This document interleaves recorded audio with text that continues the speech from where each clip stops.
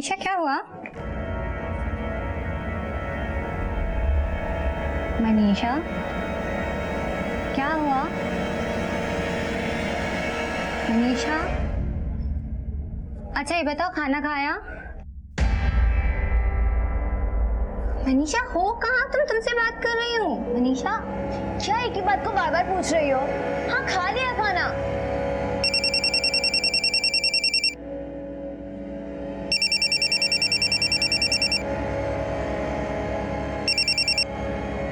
मनीषा बेटा कैसी है तू? ठीक तो है ना? और हाँ बेटा, तेरी पढ़ाई कैसी चल रही है? क्या बात है, तू बोल क्यों नहीं रही है? हाँ माँ, मैं ठीक हूँ और पढ़ाई भी अच्छी चल रही है। देखो बेटा, फाइनल ईयर की एग्जाम है, पढ़ाई ठीक से करना। सुन रही है ना मैं जो बोल रही हूँ? हाँ माँ, तुम टेंशन मत लो, मैं पूरा ध्यान दूंगी। अच्छा माँ चलो मैं रखती हूँ, गुड नाइट, बाय। किसका फोन था? मनीषा का। सब ठीक ठाक है ना? जी ठीक है। 9 बज गए, डिनर टाइम, खाना लगाओ जल्दी। हाँ जी। प्रशांत नीचे आ जाओ, खाना लगा रही हूँ।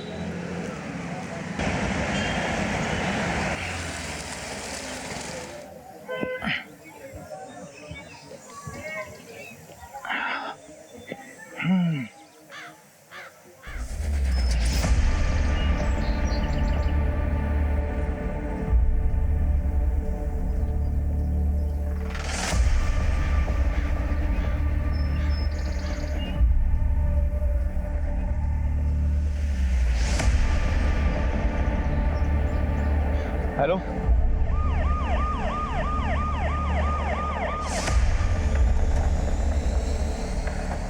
चलिए पीछे हटिए, पीछे हटिए, पीछे हटिए, जरा पीछे हटिए। सर 3 लोग जलकर मर गए हैं और लाशें इतनी बुरी तरीके से जली हुई हैं, पहचानना मुश्किल है कौन और किस उम्र का था, आदमी थे या औरत। आग लगने की कोई वजह? नहीं सर, अभी बताना मुश्किल है। क्या ये मुमकिन है कि किसी ने आग लगाई हो? सर लग तो ऐसा ही रहा है, केरोसिन की गंध आ रही है, लेकिन अभी ये बताना मुश्किल है कि वो डाल के आग लगाई है कि आग लगने के बाद डब्बा गिरा है। Thank you. सर घर को चेक करते वक्त मुझे अलमारियां खुली हुई मिली। सर मुझे तो ये लूटपाट का मामला लगता है। सर हो सकता है कि जब चोर चोरी करने के इरादे से घर के अंदर आए तब ये लोग जाग गए हों और चोरों ने इन्हें जान से मार दिया और उसके बाद में आग लगा दी हो। खन्ना, अभी किसी भी नतीजे पर पहुंचना जल्दबाजी होगी। अभी तो हमें यह भी नहीं पता कि घर में कुल लोग कितने थे। हमें सब कुछ पता करना होगा, every single detail. Sir Khanna, आस पड़ोस में देखो, पूछताछ करवा। सर आप में से फोन किसने किया? सर मैंने किया था। रूपचंद और मैं रोज सुबह साथ में वॉक के लिए जाते थे। आज जब निकला तो देखा घर से धुआं निकल रहा है। मैं घबरा गया और मैंने फायर ब्रिगेड वालों को फोन कर दिया। घर में कौन कौन लोग रहते थे? किसी से कोई दुश्मनी? नहीं सर, किसी से भी दुश्मनी नहीं थी। भाभी संचेती, भाई साहब रूपचंद, बेटा प्रशांत और बेटी मनीषा यही रहते थे। रूपचंद कॉलेज में प्रोफेसर थे। उनके जीवन का बस एक ही मकसद था कि सबको पढ़ा लिखा होना चाहिए। और उनकी पत्नी? भाभी संचेती तो गऊ थी गऊ। और हाँ सर, रूपचंद भाई साहब की एक बुआ थी जो ऊपर वाले कमरे में रहती थी। बेचारी देख नहीं सकती थी, चल नहीं सकती थी, लेकिन भाभी उनका पूरा ख्याल रखती थी। लो बुआ। भाभी, अरे अनीता, हाँ कैसी है बुआ? अनीता कैसी है बेटा? मैं अच्छी हूँ, आप कैसे हो? मैं भी अच्छी हूँ। आपने कहा परिवार में 4 लोग रहते थे, अब आप बता रही हैं कि एक बूढ़ी बुआ भी थी। परिवार में कुल कितने लोग रहते थे? वैसे तो 4 लोग थे, भाई भाभी और उनके 2 बच्चे। लेकिन कुछ वक्त पहले से ही बूढ़ी बुआ आई थी रहने के लिए। बेटी मनीषा मेडिकल कॉलेज के लिए बाहर रहती थी, पीजी में। लेकिन हमें लाशें 3 मिली हैं जली हुई। उनका बेटा इंजीनियरिंग कर रहा था, बहुत ही सीधा था सर, किसी से कोई लेना देना नहीं, बस अपना काम भला अपना घर भला। उनकी बेटी कौन से कॉलेज में? Servants medical college, Delhi road, Noida पर। एक काम करो, सेवन कॉलेज में पता करो, शायद उस बच्ची को पता भी नहीं होगा कि उसके घर में यह हादसा हो गया है। Okay sir. उनका कोई रिश्तेदार? हाँ सर, उनके भाई स्वरूप चंद। घर में कोई नौकर या नौकरानी थी क्या? एक नौकरानी तो आती थी, ललिता। प्रशांत भैया पढ़ाई में बहुत ही अच्छे थे और वो मुझे ट्यूशन भी देते थे। सर पड़ोसियों का कहना है कि इस फैमिली की किसी से कोई दुश्मनी भी नहीं थी। कन्ना, अक्सर जैसा होता है वैसा दिखता नहीं है। परिवार में 3 लोगों की हत्या हुई है, मामला गंभीर है, हर कदम हमें फूंक फूंक के रखना होगा। क्या हुआ? आप कैसे लगी? आप कौन? मैं स्वरूप चंदू जी, रूपचंद जी का भाई। क्या आप कैसे लगी? देखिए, हम वही पता करने की कोशिश कर रहे हैं कि जल के मरने वाले कौन है। जल के मरने वाले? मतलब कौन कौन जल के मरा है? देखिए, 3 लाशें हमें जली हुई मिली हैं। 3 लोग?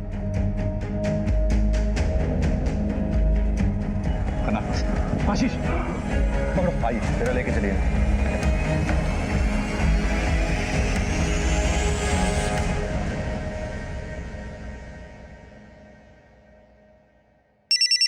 हेलो सर, मनीषा पिछले 6 दिनों से कॉलेज नहीं गई है।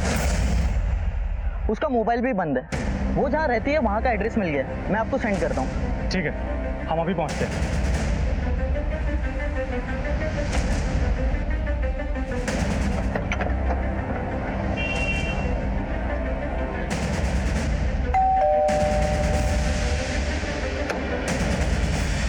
यस। मनीषा यहीं रहती है? हाँ, वो मेरी पीजी है। कहाँ है वो? सर, वो पिछले 4 दिनों से यहाँ नहीं है। पिछले 4 दिनों से, यानी 6 तारीख से वो यहाँ नहीं है। जी। कहाँ गई है, कुछ पता है आपको? सर, मंडे की रात को वो मेरे पास आई थी। आंटी, आंटी, आप ये चाबी रखिए, दीप्ति को दे देना। एक इमरजेंसी आई है, मुझे जाना पड़ेगा। अरे पर इतनी रात को ऐसे अचानक किधर जा रही है तू? वो मैं आपको आके बताती हूँ। कुछ बता के नहीं गई सर, और पिछले कुछ दिनों से उसका बर्ताव भी कुछ अजीब लग रहा था। कुछ पूछती थी तो सीधा जवाब ही नहीं देती थी। मनीषा का रूम कहाँ है? आइए। दीप्ति,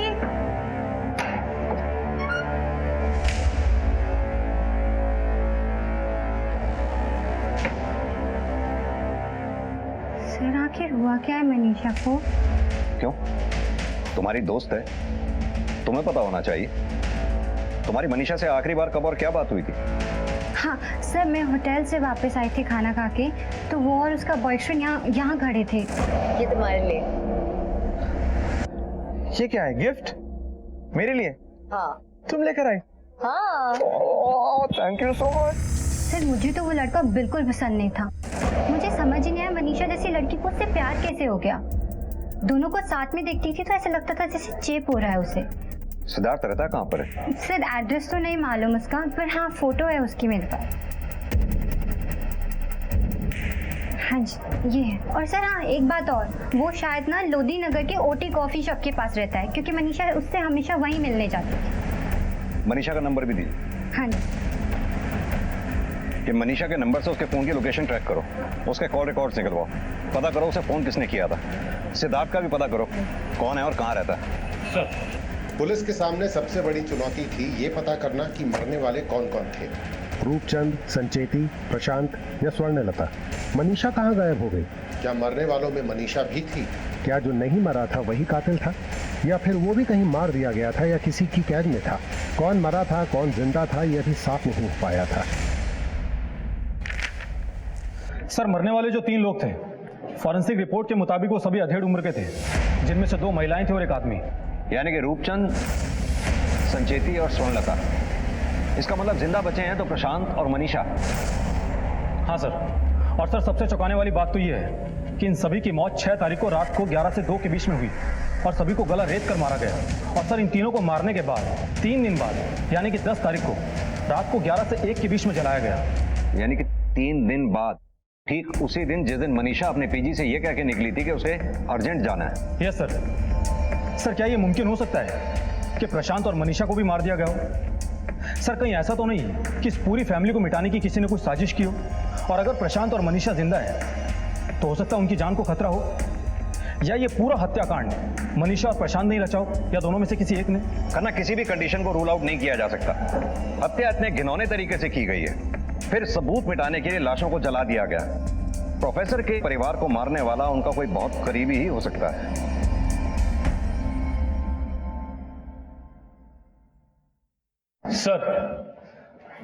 सर मनीषा का फोन उस दिन स्विच ऑफ हो गया था जिस दिन वो पीजी अकोमोडेशन से निकली थी। सर उसके फोन की लास्ट लोकेशन भी वहीं थी। सर उसके फोन नंबर से तो कुछ खास नहीं मिला है, लेकिन हाँ आखिरी बार कॉल उसके घर से लैंडलाइन नंबर से ही किया गया था। सर घर वालों के फोन भी घर पर ही ऑफ हुए हैं। मनीषा के घर से फोन किया गया था? लेकिन सर सिद्धार्थ, उसके बारे में पता चला है कि वो मनीषा के कंपैरिजन में थोड़ा कम पढ़ा लिखा है। सर मनीषा उससे अट्रैक्ट तो हो गई थी, लेकिन हमेशा इस रिश्ते को लेकर परेशान ही रहती थी। और सर पिछले 4 दिनों में मनीषा की पीजी और घर के आसपास देखा गया है।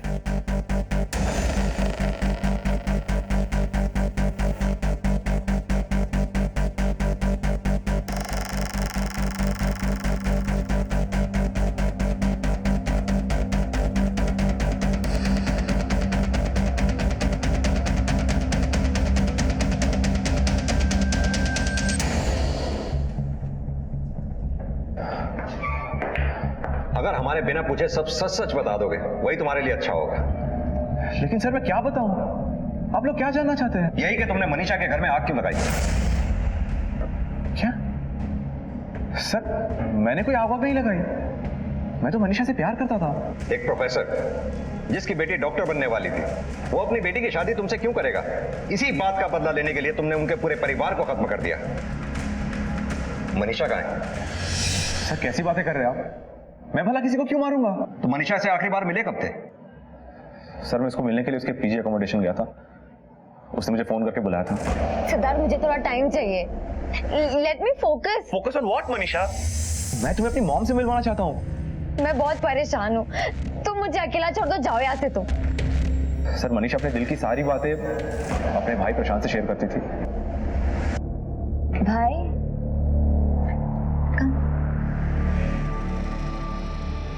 भैया, भैया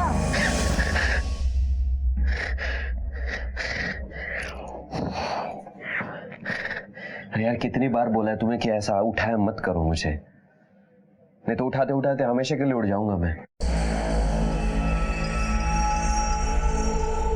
भैया ये सिद्धार्थ है, मैंने आपको बताया था ना।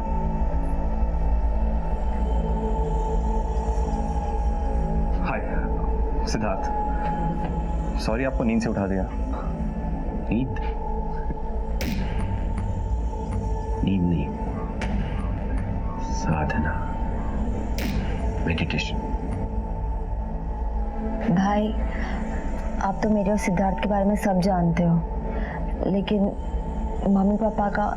टेंशन मत ले, तेरा भाई है ना, सब संभाल लेगा। Thank you.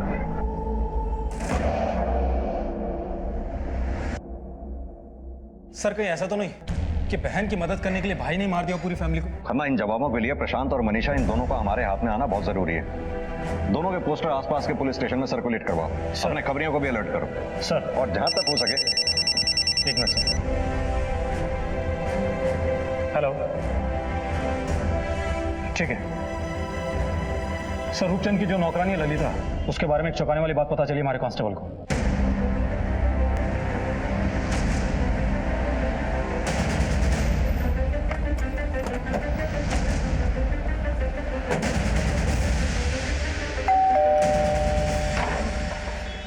ललिता।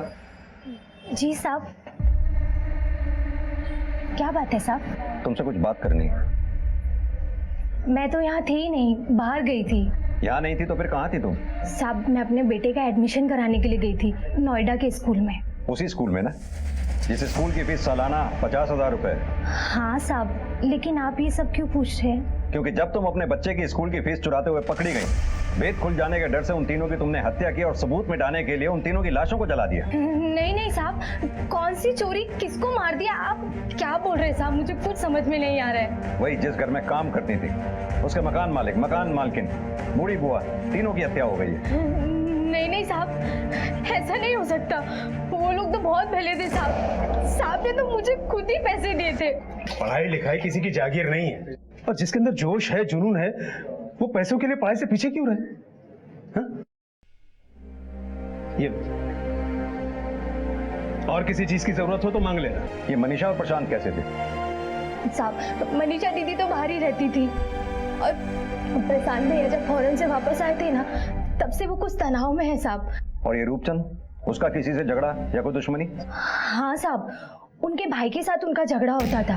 देखो, अपने पापा को समझा देना, ये गोल गोल घुमाना बंद करें। मुझे मेरे पैसे वापस चाहिए बस। एक हफ्ते के अंदर मेरा पैसा नहीं मिला तो मुझसे बुरा कोई नहीं होगा। सर, लड़ाई झगड़े जैसी कोई बात नहीं थी, बस कभी कभी कुछ कहा सुनी हो जाती थी। ये पैसों का क्या मामला है? रूपचंद भाई साहब ने मुझसे 20 लाख रुपए उधार लिए थे। और इसीलिए तुमने अपने भाई की जान ले ली? ये क्या कह रहे हैं सर आप? आपने देखा था ना सर कि भाई साहब की मौत की खबर सुनने के बाद मैं बेहोश हो गया था। मैं अपने भाई साहब का कत्ल कैसे कर सकता हूँ? ऐसी बहुत सी नौटंकियां देखी हैं मैंने। सीधी तरह से साफ साफ बता, क्या हुआ था उससे? सर, मैं आपको सच बता रहा हूँ, मैंने किसी को नहीं मारा। भाई साहब को वास्तव में पैसे की जरूरत थी, क्योंकि वो प्रशांत को बाहर पढ़ाई के लिए भेजना चाहते थे। लेकिन प्रशांत सब कुछ छोड़ छाड़ कर वापस आ गया था। भाई साहब रिटायर हो गए थे, मेरे पैसे तो डूब गए थे ना सर। वैसे एक बात कहूँ, बुरा मत मानिएगा, भूत के पांव पालने में नजर आ जाते हैं। अब मेरे बेटे को देख लीजिए, मैं कम पढ़ा लिखा था, मगर मेरा बेटा अमेरिका में कामयाब डॉक्टर है, और आप तो प्रोफेसर है ना। और ये आपका बेटा, ये क्या अपने आप में खोया रहता है, क्या दिखता रहता है यहाँ पर? अरे वापस कब जाएगा? न्यूजीलैंड से छुट्टियां हो गई इसकी, कितनी छुट्टियों पे आए हैं। मुझे पैसे देने ही नहीं चाहिए थे, मेरी अकल मारी गई थी। आखिर किस भरोसे पे पैसे दिए थे तुमने उनको? भाई साहब ने अपना घर मेरे नाम लिख दिया था, और उन्हीं पैसों की जब वापस आने की उम्मीद नहीं दिखी तो सबका कत्ल कर दिया, मनीषा और प्रशांत का भी। नहीं सर, नहीं, मैंने किसी को नहीं मारा सर, आप यकीन कीजिए। और वैसे भी सर, अब तो उस घर की कोई वैल्यू है नहीं। उस घर को कौन खरीदेगा? 3 भयानक मौतें हुई हैं उस घर में, और मैं जानबूझकर अपने पैरों पर कुल्हाड़ी क्यों मारता? आखिरी बार कब मिले थे उनसे? सर, मिले हुए थोड़ा वक्त हो गया, लेकिन अभी कुछ समय पहले फोन आया था मुझे, वो अर्जेंट मिलने के लिए बुला रहे थे। कब आया था फोन? तकरीबन वो आग वाली घटना से 3 दिन पहले प्रशांत ने फोन किया था सर, रात को 11 बजे। हेलो अंकल, पापा आपसे कुछ खास बात करना चाहते हैं, प्लीज घर आ जाइए ना। क्या जरूरी काम है? मेरी कमर में बहुत दर्द है। आप घर तो आ जाइए, पापा आपको बता देंगे। ठीक है, अभी तुम जा सकते हो, जरूरत पड़ने पर फिर बुलाएंगे तो। जी सर, थैंक यू। सर, इसकी बातों पे यकीन नहीं हो रहा है। यकीन तो करना, किसी की भी बात पे नहीं हो रहा। एक काम करो, जिस पे भी हमें शक है, उन सब की उन 4 दिनों की 6 तारीख से 10 तारीख के बीच की सभी की एक्टिविटीज चेक करो, देखते हैं क्या मिलता है। सर मीडिया ने भी इस केस को सुर्खियों में जगह दी है। आई थिंक हमें उनसे भी मिलना चाहिए। पुलिस केस की तह तक जाने की कोशिश कर रही थी, पर उन्हें जवाब मिलने के बजाय नए सवालों का सामना करना पड़ रहा था। मनीषा और प्रशांत का अभी भी कुछ पता नहीं चला था। एक तरफ पुलिस का शक घर की नौकरानी ललिता, रूपचंद के भाई स्वरूपचंद और मनीषा के बॉयफ्रेंड सिद्धार्थ पर था, तो दूसरी तरफ पुलिस का सबसे अहम मकसद था मनीषा और प्रशांत तक पहुंचना। सर, कुछ समझ में नहीं आ रहा है। एक तरफ तो पड़ोसी कह रहे हैं कि बड़ी प्यारी सी फैमिली है, और दूसरी तरफ ये सच्चाई बाहर आ रही है। करना, सबसे पहले तो प्रशांत और मनीषा, इन दोनों का मिलना बहुत जरूरी है। अगर वो दोनों जिंदा हैं तो इस पूरी गुत्थी का हल उन्हीं दोनों के पास है। लेकिन सर, मोटिव तो सबके पास में ही है। रूपचंद के मरने के बाद में स्वरूप को करोड़ों रुपए का घर मिल जाएगा, और सिद्धार्थ, जो कि मनीषा को पाने के लिए कुछ भी कर सकता है। सर, खबरी का फोन आया था, शायद हमारी तलाश पूरी हो गई है।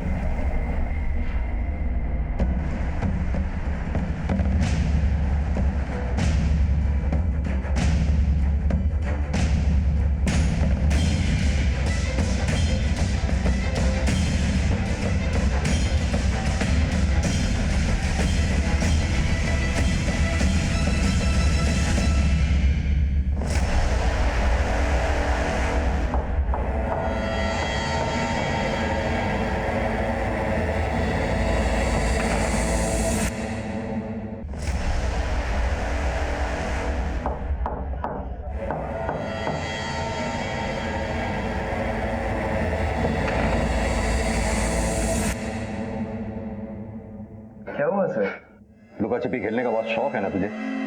हम सिखाते हैं, लेके चलो उसे। चल। कॉलर मत पकड़िए, मैं ऐसे ही आ जाता हूँ ना। लेके चल चल।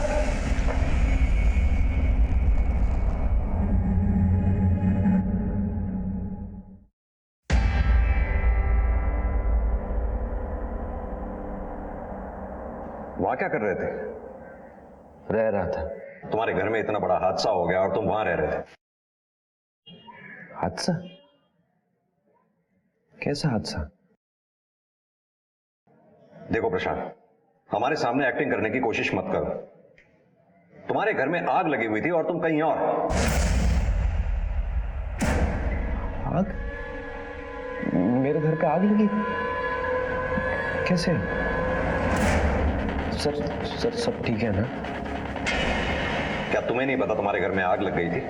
मैं जब वहां से निकला था तब सब सही था। उसके बाद मैं कैसे बता सकता हूँ? मेरे मम्मी पापा सब सही है ना? नहीं, तुम्हारे मम्मी पापा अब नहीं रहे।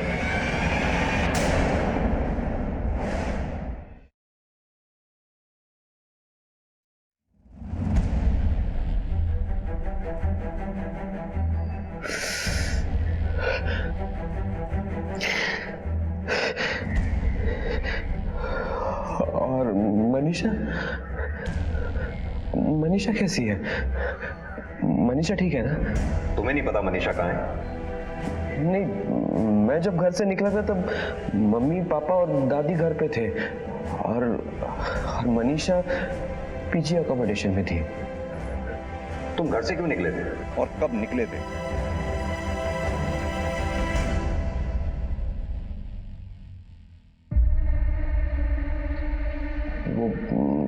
मैं थक गया था। मेरा दिल इस दुनिया की चीजों से ना बहुत उकता गया था, इसलिए मैंने सर पापा से भी बात की थी। बेटा तुम जो कुछ भी कर रहे हो सोच समझ के कर रहे हो ना? हाँ पापा, बस आपके परमिशन की जरूरत थी। मैं क्या बोलूं, मेरे कुछ समझ में नहीं आ रहा बेटा। सुनिए ना पापा, देखिए आज तक आपने जो कुछ भी चाहा वो सब मैंने किया, बस अब इस बात के लिए आपका आशीर्वाद चाहिए। देखो बेटा, मैं तो हमेशा यही चाहता था कि तुम एक बड़े इंजीनियर बनो, लेकिन मैं अपनी इच्छा तुम पर थोपूंगा नहीं। तुम्हें जो अच्छा लगता है तुम वो करो। मेरा आशीर्वाद है तुम्हारे साथ। लेकिन तुमने घर छोड़ा क्यों? मैं संन्यास लेना चाहता था। मेरे पापा चाहते थे कि मैं बहुत पढ़ाई करूं, बहुत पढ़ूं। मैंने बहुत पढ़ाई की। हाँ। उसके बाद मैं न्यूजीलैंड भी गया। न्यूजीलैंड में मैंने टॉप किया था सर। मेरी मम्मी चाहती थी कि मैं नॉनवेज नहीं खाऊं। मैंने कभी नॉनवेज भी नहीं खाया। कहती थी कि ड्रिंक मत करना। मैंने ड्रिंक भी नहीं की। हाँ, मैंने वैसे नॉनवेज कभी खाया नहीं, नहीं खाया। हमेशा सबकी सुनता था मैं। फिर मन हुआ कि अपनी सुनो ना। मैंने अपनी सुनी। मैं जिंदगी में ना एकदम सुकून पाना चाहता था, एकदम शांत।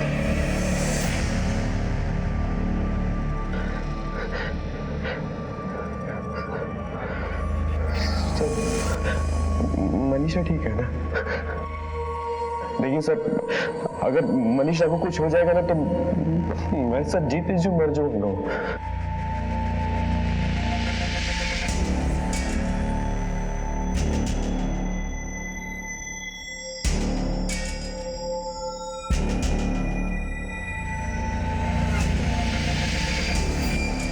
सर ये बार बार ऊपर क्या देख रहा था? पता नहीं क्या देख रहा था। सर या तो ये हमें बना रहा है या फिर अपनी बहन को बचा रहा है। सर इसका कहना था कि इसके पिता ने इसको खुशी से घर से जाने दिया, जबकि स्वरूप चंद का कहना था कि बाप और बेटे में तनाव था। सर न्यूजीलैंड से आने के बाद से इसकी जिंदगी बदली है। खन्ना, इसके लिए हमें इसके दोस्तों से पूछताछ करनी होगी। इसके दोस्तों के बारे में पता लगाओ।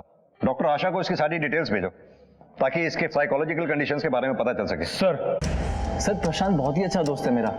इनफैक्ट कई चीज़ें लाइफ में पहली बार हमने साथ में ट्राई की हैं। इनफैक्ट पहली बियर, पहला सिगरेट, सब कुछ। सर स्कूल में एक लड़की थी, हमारा दिल भी एक ही साथ उस पर आया था। सर प्रशांत बहुत ही हंसमुख था, बात बात पे जोक क्रैक करना, लोगों की टांग खींचना, ये उसकी आदत थी। अब तुझे नीड मारना है ये। अरे नहीं भाई नहीं, ये आखिरी पैग है और मैं अब पी के जा रहा हूँ घर। और अगर मेरे पापा जगे होंगे और उन्होंने मुझे इस हालत में देख लिया ना, तो मुझे जीते जी मार डालेंगे। सुन, मुझे प्रॉमिस कर, मेरे मरने के बाद ना तू ये पैग पिएगा मेरी याद में। अबे हाथ दे रहा। सर मगर जब से वो न्यूजीलैंड से आया है, तब से वो चुप हो गया है, अपने आप में ही रहने लग गया है। क्यों पता नहीं सर। कमल जी तो पता होगा, वो उसका सीनियर कम लोकल गार्डियन था न्यूजीलैंड में, वो भी इंडिया आया हुआ है, आप उसको पूछ सकते हो। सर मैंने उसे समझाने की बहुत कोशिश की थी कि तेरे पापा ने इतनी मुश्किल से तुझे यहाँ न्यूजीलैंड पढ़ने के लिए भेजा, वापस जाकर क्या करेगा, लेकिन वो तो जिद पर आ गया था। अगर प्रशांत इतना अच्छा और मिलनसार था तो फिर उसे न्यूजीलैंड में जाकर क्या हो गया? वो तो पता नहीं सर, लेकिन हाँ वो बुरी संगत में पड़ गया था।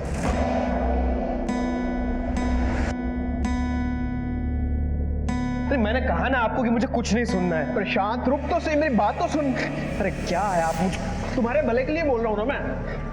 इतने पैसे खर्च करके तुम्हारे पापा ने तुम्हें यहाँ पढ़ने के लिए भेजा और तुम कह रहे हो तुम्हारा मन नहीं लग रहा पढ़ाई में। हाँ नहीं लग रहा, तो फिर मैं फोन करके अभी के अभी प्रोफेसर साहब को सब बता देता हूँ। अरे कमल भाई प्लीज कमल भाई आप बैठो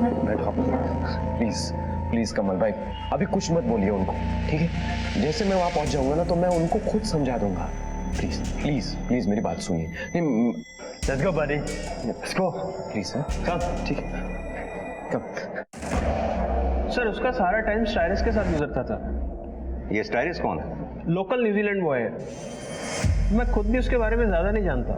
खन्ना, इस स्टाइरिस के बारे में पता करो, उसका सोशल मीडिया अकाउंट स्कैन करो, इन्हें प्रशांत से मिलवाओ, देखो कैसे रिएक्ट करता है। सर आइए।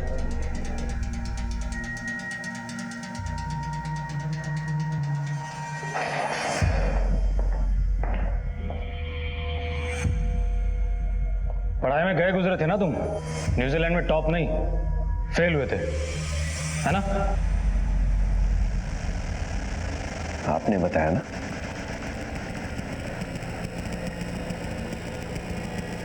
आपने बताया ना।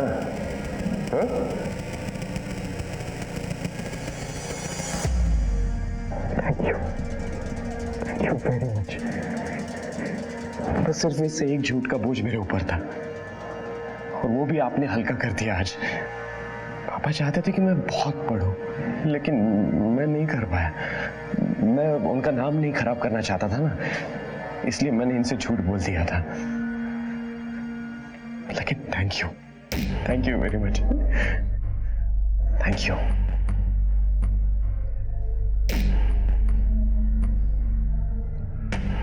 सॉरी पापा, सॉरी। सर मनीषा के बारे में कुछ पता चला? अभी तक तो नहीं, लेकिन जल्दी पता लग जाएगा। आइए। सर आपको लगता है कि इसने कुछ किया होगा? या ये जो कह रहा है कि ये निर्दोष है वो सच है, या ये मनीषा को बचाने की कोशिश कर रहा है? करना, आज जिस तरह से इसके दोस्त कमलजीत से इसका सामना करवाया, इसी तरह उसके बाकी दोस्तों से भी इसका सामना करवाओ। अगर ये झूठ बोल रहा है तो ज्यादा देर तक छुपा नहीं पाएगा। और हाँ, हर मुलाकात के बाद इसकी अच्छी तरह से धुलाई करो। मनीषा की भी तलाश जारी रखो। मुझे लगता है अगर ये कत्ल मनीषा ने किए हैं तो ये अपनी बहन को बचाने की कोशिश कर रहा है। इसके हाव भाव देख के कुछ हिला हुआ सा लगता है। सर साइकोलॉजिस्ट डॉक्टर आशा आई है।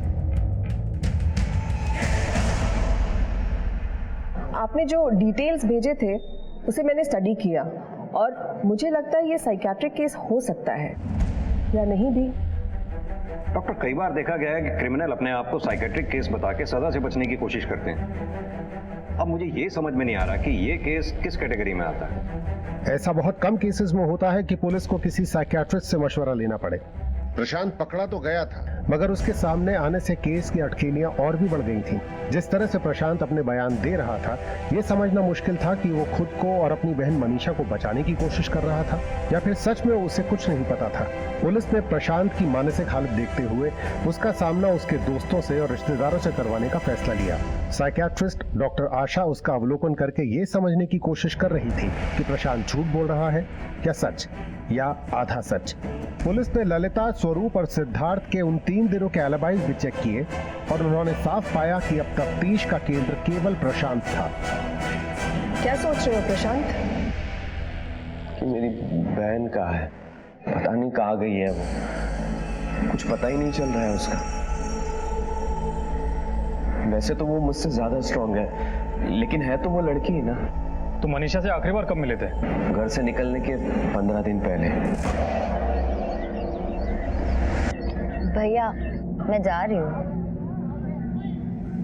मानो तेरी छुट्टियां खत्म हो गई? हाँ भैया, बल्कि मैं तो 2 दिन एक्स्ट्रा रह ली। भैया आप अपना ख्याल रखना। I miss you. मनु यार, एक बार अच्छे से गले लगा लेना। क्या पता तू अगली बार जब यहाँ आएगी तो मैं यहाँ रहूं या ना रहूं। क्यों? आप न्यूजीलैंड वापस जा रहे हो? लेकिन भैया आपका तो वहाँ मेरे बिना मन लगेगा नहीं। आप कहीं भी जा लो, रहोगे मेरे पास ही। मनीषा मुझसे बहुत प्यार करती थी।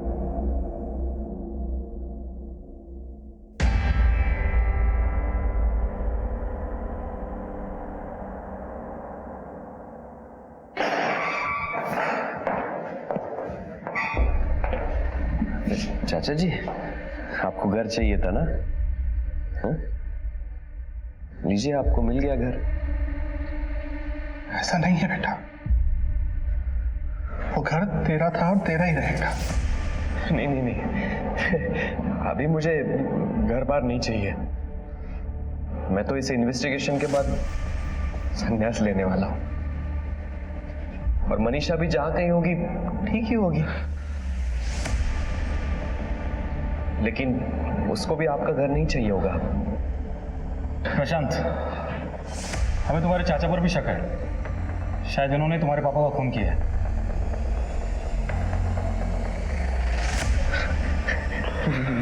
नहीं नहीं सर, अरे ये तो मेरे चाचा जी हैं। वो अपने भाई को कैसे मार सकते हैं? नहीं नहीं नहीं, ऐसा नहीं हो सकता। अच्छा, आपने कहा था कि उस रात को आपको फोन आया था अर्जेंटली घर आने के लिए। जी, इसने ही फोन किया था। तुमने फोन किया था? हाँ, वो सर मैं घर से बाहर निकला था ना जब, तब पापा बहुत रो रहे थे और मम्मी भी रो रही थी। तो मैंने इनको कॉल कर दिया कि आइए और पापा को ऐसे ही संभाल लीजिए। सर, मनीषा के बारे में कुछ पता चला? अभी तक तो नहीं, लेकिन पता चल जाएगा। लेकिन हमें इतना तो यकीन है कि सारा काम तुमने और मनीषा ने मिल के किया है। सर,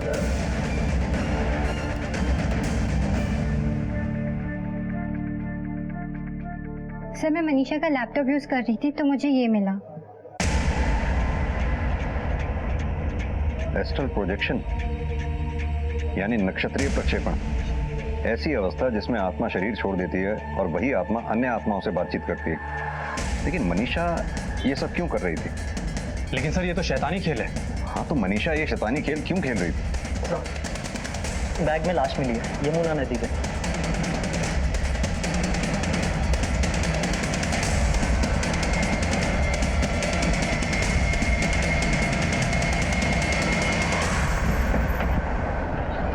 सर, वहां पर किसी इंसान के कटे हुए हाथ पड़े हुए। सर ये देखिए।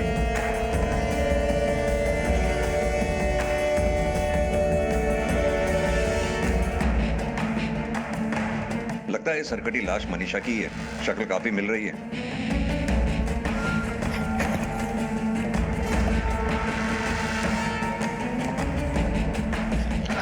सर, ये देखिए खंजर मिला है।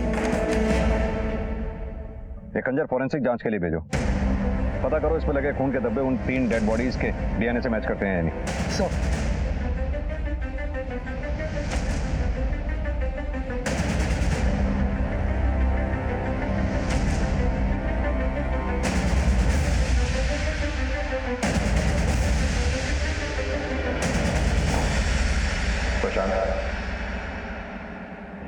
प्रशांत,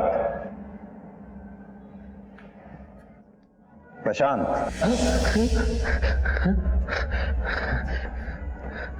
प्रशांत, एक बुरी खबर है तुम्हारे लिए। मनीषा की लाश मिली है हमें।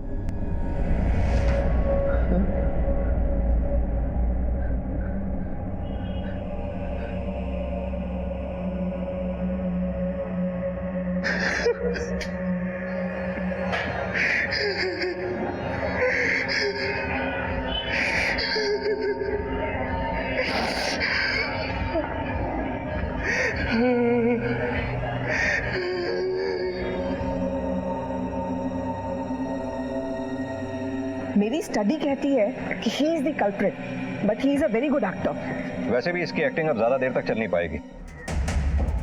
सर मनीषा की पोस्टमार्टम रिपोर्ट।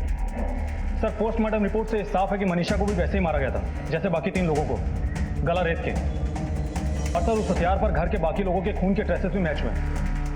और सर ये रही स्टायरस के सोशल नेटवर्किंग साइट से मिली रिपोर्ट। और सर स्टायरस ही प्रशांत का एस्ट्रल प्रोजेक्शन गाइड था। यानी कि दोनों भाई बहन ये सब कर रहे थे। एनीवेज, सबूत तो हमारे हाथ लग गए हैं। अब इस लड़के से एक बाले जुर्म कराना ही हमारे लिए सबसे बड़ी चुनौती है।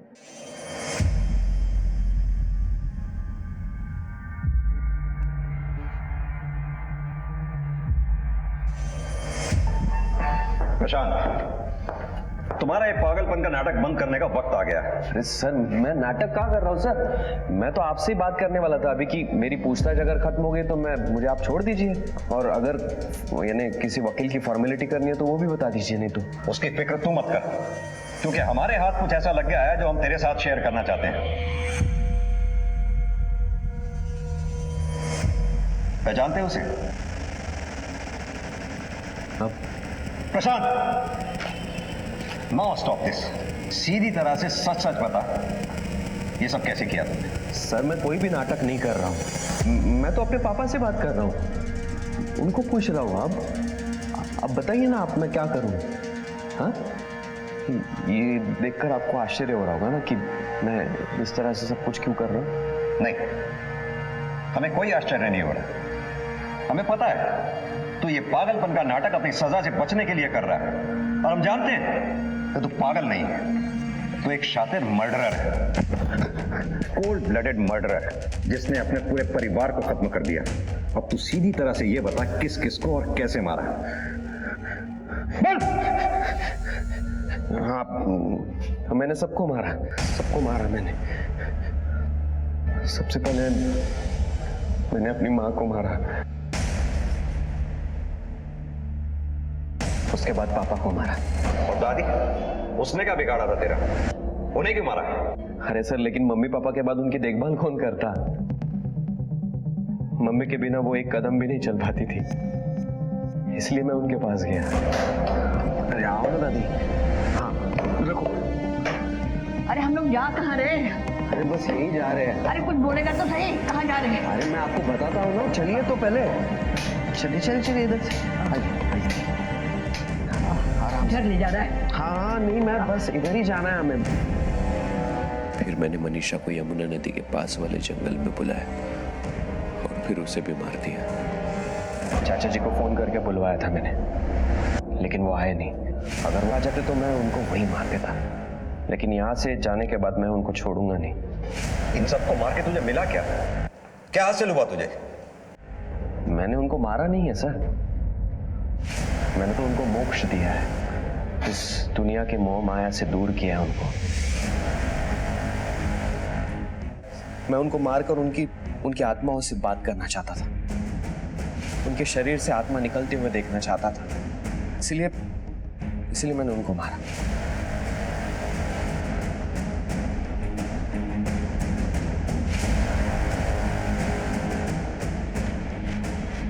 मम्मी, पापा, दादी, आओ मेरे पास आओ, मेरे पास आओ। ये सब मैंने एस्ट्रल प्रोजेक्शन की पढ़ाई करके ये सब विद्या हासिल की है। आप नहीं समझोगे सर इस शैतानी खेल को। हाँ, लेकिन मनीषा समझ गई थी ये शैतानी खेल, इसलिए वो मेरे पीठ पीछे मुझ पे नजर रख रही थी। मेरा लैपटॉप भी लेके गई थी साथ में। पूरा सच बता। सच ये है कि मैं एक एक को मारकर उनकी आत्मा से बात करना चाहता था, लेकिन किसी से कांटेक्ट नहीं हुआ, किसी भी आत्मा से नहीं। सोचा कि घर पर नहीं तो मनीषा को घर से बाहर निकाल कर उसे मारूं, लेकिन फिर भी कांटेक्ट नहीं हुआ उसकी आत्मा से, और ना ही मैंने उसके शरीर से आत्मा निकलते हुए देखी। मम्मी, पापा, दादी, मनीषा, आओ आओ आओ मेरे पास आओ। ये सच नहीं है, क्योंकि अगर ये सच होता तो उनको मारने के बाद उनकी लाशों को जलाता नहीं। तूने जानबूझ के ये सब किया। सच सच बता। पापा मुझसे कभी खुश नहीं थे और मम्मी उसी कारण दुखी रहती थी, और पापा मम्मी एक दूसरे से बहुत प्यार करते थे, इसलिए मैंने उनको मार दिया। मैंने देखा कि सिद्धार्थ मनीषा का ख्याल नहीं रख पाएगा, इसलिए मैंने मनीषा को भी मुक्ति दे दी। इस शरीर की दिन दुनिया में उनको खुश तो नहीं रख पाया मैं, तो सोचा कि आत्मा की दुनिया में मैं उनको खुश रखूंगा, इसलिए मैंने चारों को मुक्ति दे दी।